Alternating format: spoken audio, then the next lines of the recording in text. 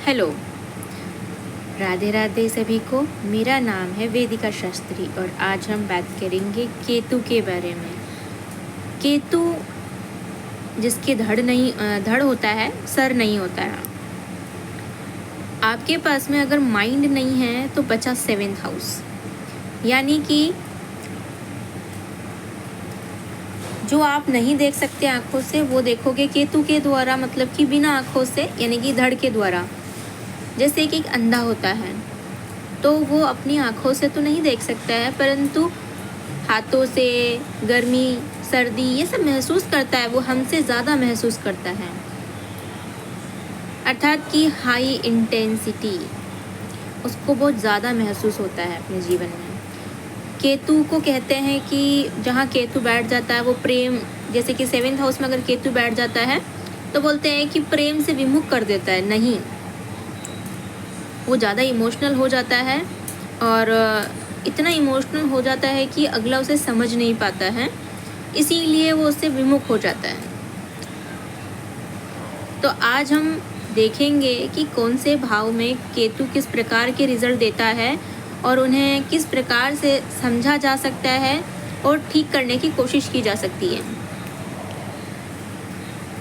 मेष राशि में प्रथम लगन में, मतलब कि लगन के अंदर केतु बैठा हो और मेष राशि में बैठा हो फायर साइन के अंदर, तो समझिए इसे कि एक तो मंगल की राशि है, गर्म राशि है, शरीर है वो गर्मी महसूस कर रहा है, यानी कि वो स्पर्श महसूस कर सकता है, वो आपके हाव भाव समझ सकता है इंसान, ठीक है ना।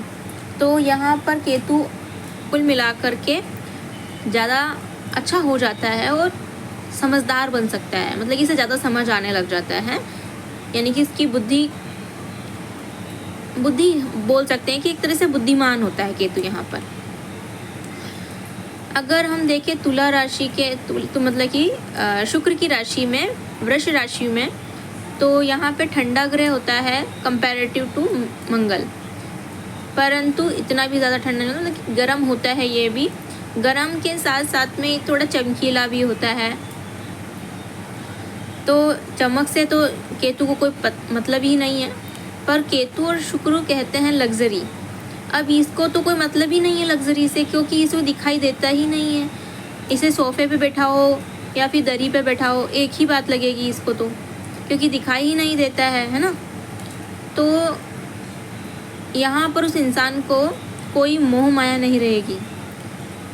अगर मोह माया रखता है इंसान, यानी कि वो उसका केतु एक्टिवेट नहीं है। केतु एक्टिवेट नहीं है तो उसे शुक्र के लाभ भी नहीं मिलेंगे। इस प्रकार हम देखते हैं मिथुन में आप देखोगे वो बच्चे हैं, छोटा है, ग्रीन है, सबसे छोटा गर्म ग्रह है। यहाँ पर केतु की इंटेंसिटी बहुत ज़्यादा हाई हो जाती है, ये उच्च के फल देता है। यहाँ पर कह सकते हैं कि केतु एक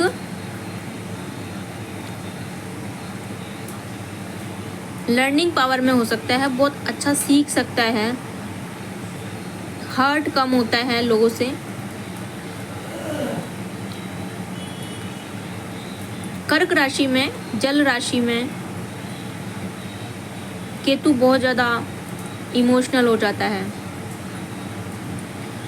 क्योंकि हम जानते ही हैं जल में कंडक्टिविटी ज़्यादा होती है। तो यहाँ पर केतु को हर एक सेंस महसूस होते हैं।